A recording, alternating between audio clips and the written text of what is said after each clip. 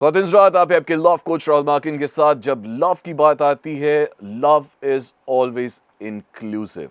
तो ये कभी कोई कम्युनिटी नहीं देखता है, मोहब्बत कभी कोई जेंडर नहीं देखती है, एंड दैट्स वाई हम बहुत प्राइड के साथ प्राइड मंथ भी सेलिब्रेट करते हैं। आज मेरे साथ है Ankita, who is a counselling psychologist and project manager Karma Care. Hi Ankita, how are you? Hi, I'm doing okay. How are you? Superb. So, first of all, मैं आपसे यही पूछना चाहूँगा, what does pride mean to you personally? Personally, I think pride is a reminder of all the people that have fought, for the community, for the queer and trans community, and what that fight means. I think somewhere along the way, after time has passed, we forget what it took to get here.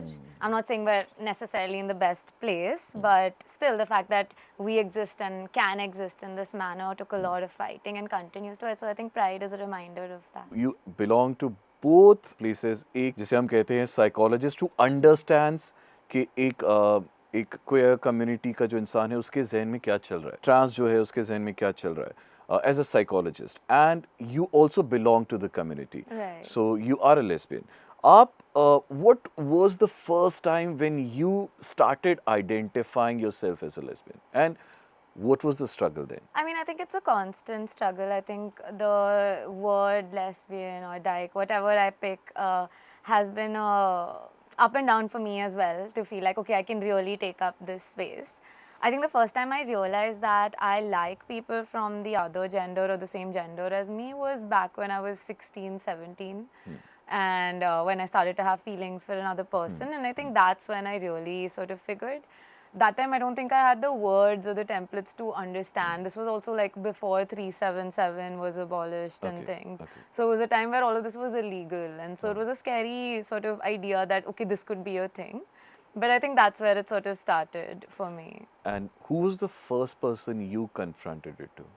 The first person, so I was actually in boarding school. So in Okay. boarding school, if these things get out, you're removed, right? Oh. And that was not a time I was comfortable talking to my family or anyone else. So I think till college, till I got out of school and went into college, I hadn't really spoken to anyone about it. I think I tried to speak to some people on Omegle, if you remember what that is, it still is. But that didn't work too well. So I think the first day in college, I met this girl and she was so sweet. And I was like, okay, we're definitely going to be friends. And I remember being like, someone needs to know. So immediately I was like, okay, I will tell you. So that's the first time I told And someone. what was her reaction? Oh, she was really nice about it. I was glad I was able to tell her. She was just like, I think she took it as a very, okay, that's that, like this is what it is. And I think for me also that helped me form this idea of, it doesn't have to be a declaration for me. I just slip it into conversation that, oh yeah, I have a girlfriend or whatever else. And for me, coming out is not a thing where I maybe sit down and try to tell someone. I just, whatever ways I bring it up.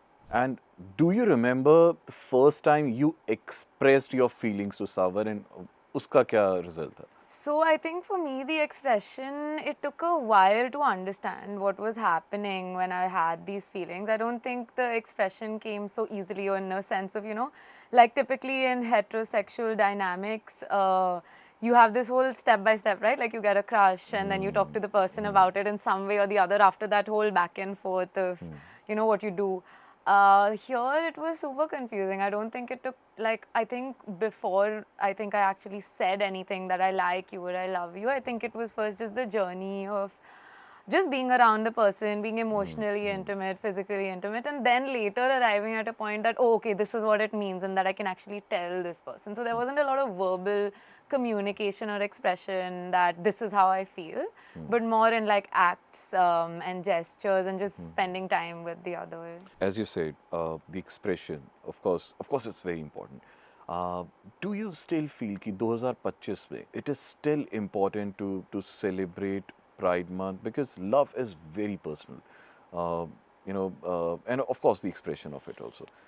If you love someone, you should just go out and say it love. And I mean, does it have to be like a celebration, like we celebrate Pride Month? Yeah. 2025 में भी इसकी हमें ज़रूरत पड़ रही है. Right. I mean, again, like I said, now Pride is a celebration, and I think it's also a reminder. Like for me personally, it's a reminder of everything that has happened, everything we've all been to, and even personal history, I do think it's super important to acknowledge that right now, while in a lot of ways we've become more open, we've also regressed. Like the things that are happening, especially in the Western world, that do impact our country as well and impact countries all over the world. It's regressed so much because pride is not just about love towards another person, it's also love for yourself. Pride is about trans people, pride is about gender, pride is about how you see yourself and how you love yourself. And that fight cannot end till we all have the same rights. And while I agree love can be very personal and private, it's also very political and legal, right? To love someone in most spaces, the ultimate form of love people see societally is marriage. And to not true. have that, then I don't think I can say that love is private, I guess. As I said, you belong to both the ends. You are a psychologist. Yeah. You counsel people who who are or maybe are not from the community.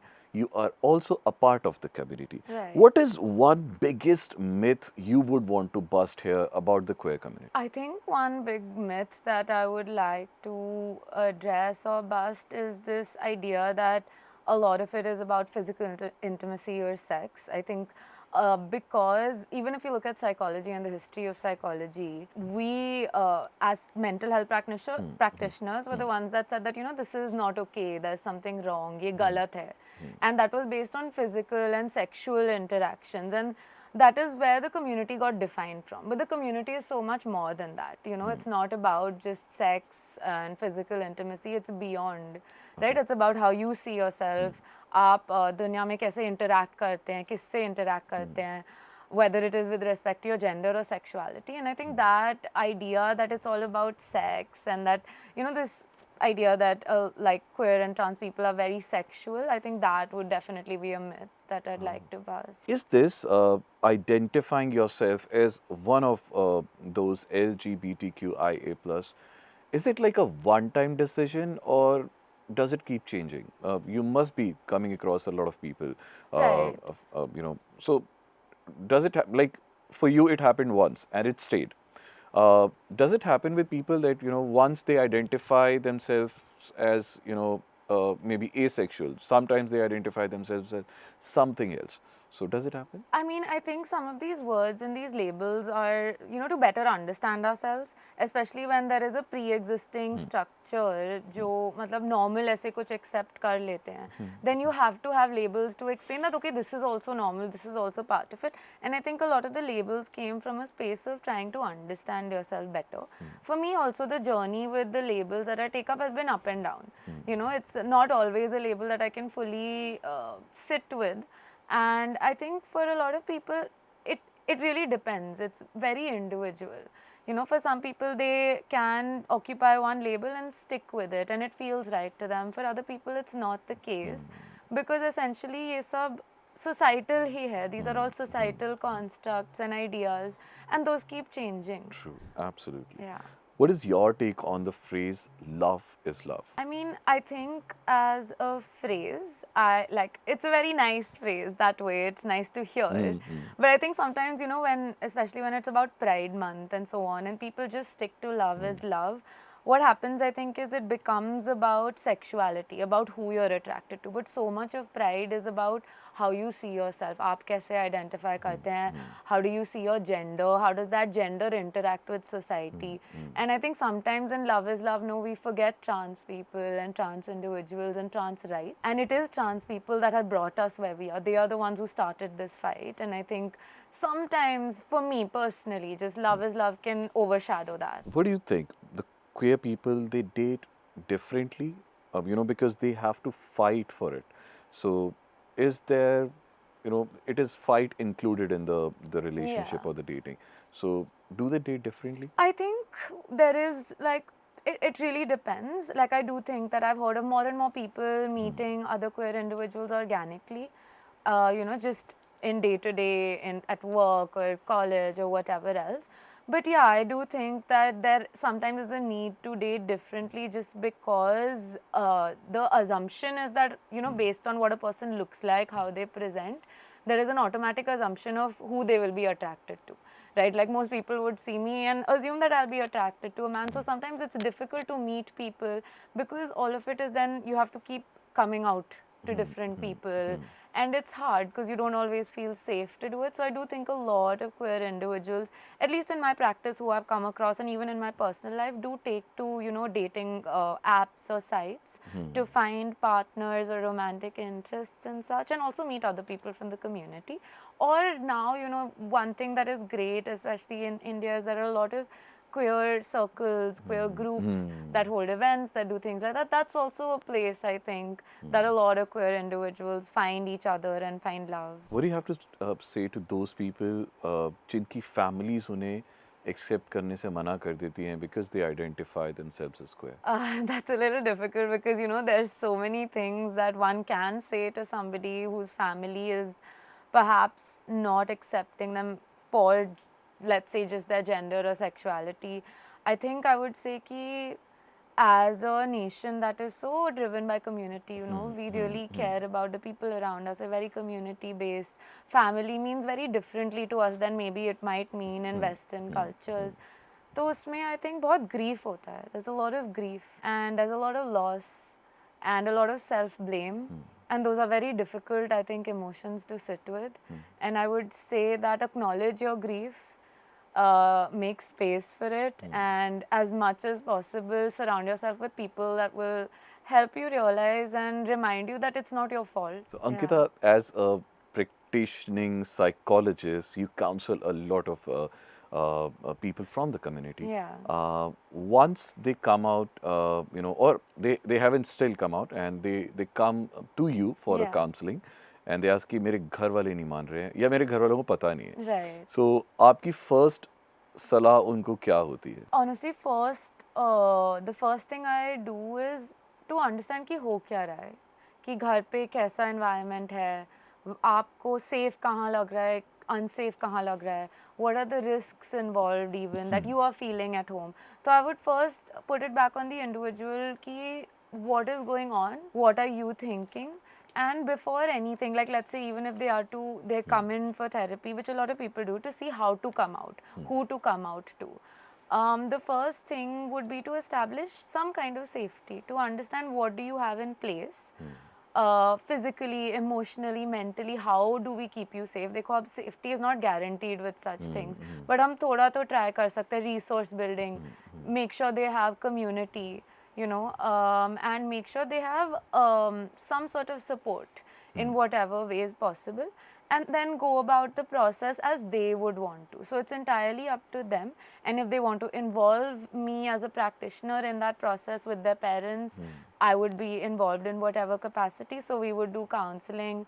Like I could talk to the parents separately, suggest family therapy, and so on as So you well. do talk to parents as well? Yeah, if Okay. I have the consent of my client, and if we decide that that would be helpful to them, I have talked to parents. So yeah. as a psychologist, अगर आपको सभी Indian parents को एक message देना हो to you know maybe understand their child, तो आप उन्हें क्या कहना चाहेंगे? I Who would- belongs to the community?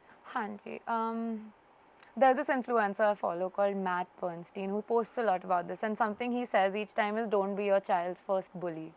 And I think that resonated very well with me because bullying is not always this very outwardly abusive or that sort of situation. It can be in small things as well. And while that statement can sound very harsh, what I would say is, you know, when someone is having a child, they have no clue how their child will turn out. You know, they have no clue what the child would do, what their future looks like. I think they start from that point that, okay, this is our child, we love them, we will support them. And if they can bring that same sort of space to something like this, it would be good. Because I think most parents are scared. They fear for their children. They want to keep them protected. But sometimes in our protection or wanting to protect someone, we go wrong. True, You know, and we true. end up hurting them. So I would say to see how you want to protect them in a way that will help and collaboratively work with your child. Absolutely. But I know it's difficult, but yeah, that's what I can say. Stay tuned for part 2.